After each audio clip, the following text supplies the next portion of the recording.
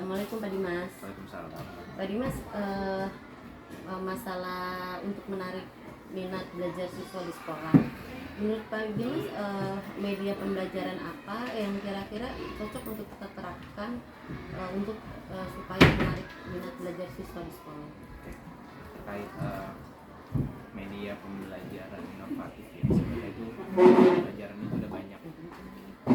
Media pembelajaran ada banyak, disesuaikan dengan kebutuhan kita mengajar dan mata pelajaran apa yang sedang disampaikan.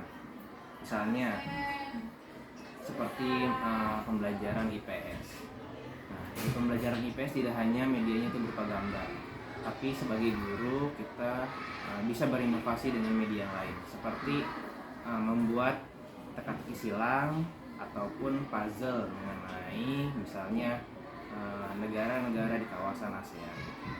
Contoh lainnya seperti di pembelajaran IPA, materinya siklus air.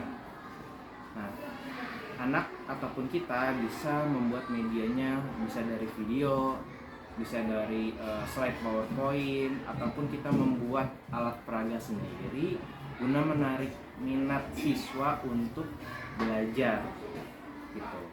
Atau kita juga bisa meminta siswa untuk membuat sendiri karyanya berupa gambar siklus air yang digambar di buku gambar, lalu siswa mempresentasikan di depan. Selain itu juga misalnya ada contoh lain satu lagi, matematika, materi satuan panjang ataupun satuan berat.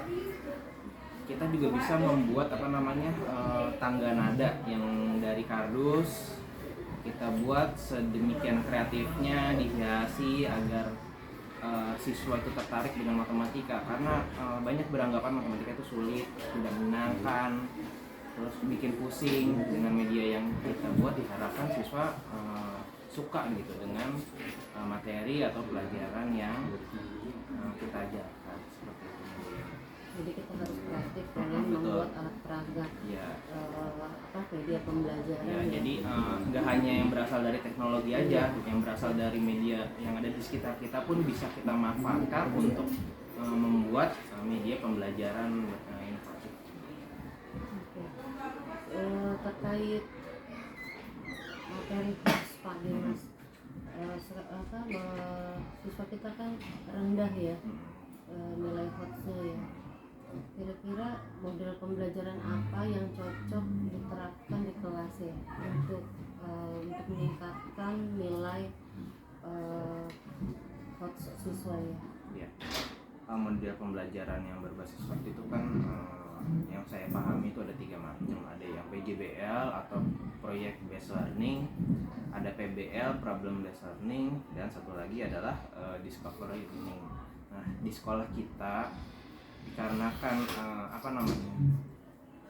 minat literasinya rendah, maka model pembelajaran berbasis PJBL atau Project Based Learning itu cocok. Kenapa saya bilang cocok?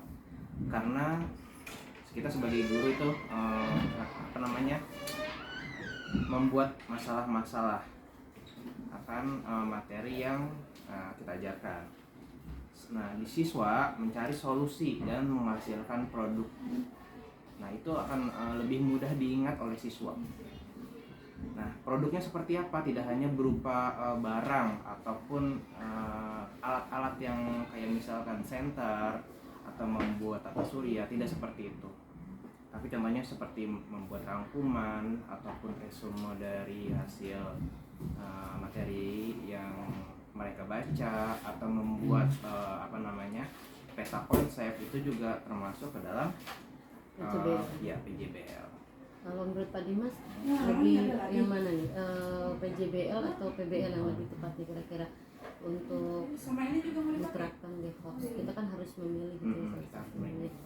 Kalau lebih bagus sama model pembelajaran. Kalau menurut saya sih, karena kita itu minim literasi, lebih cocoknya ke PJBL atau Project Based Learning. Jadi PJBL tadi ya? Iya, PJBL. Jadi siswa menghasilkan produk ya. Siswa menghasilkan produk. Praktek mereka praktek, ya. dengan begitu mereka mengingat apa yang sudah mereka buat, lalu ketika ada pertanyaan yang kita guru buat, mereka sudah bisa menjawabnya karena sudah dilalui dengan praktek ataupun membuat produk. Ya baik Pak Dimas, terima kasih Ya. atas masukan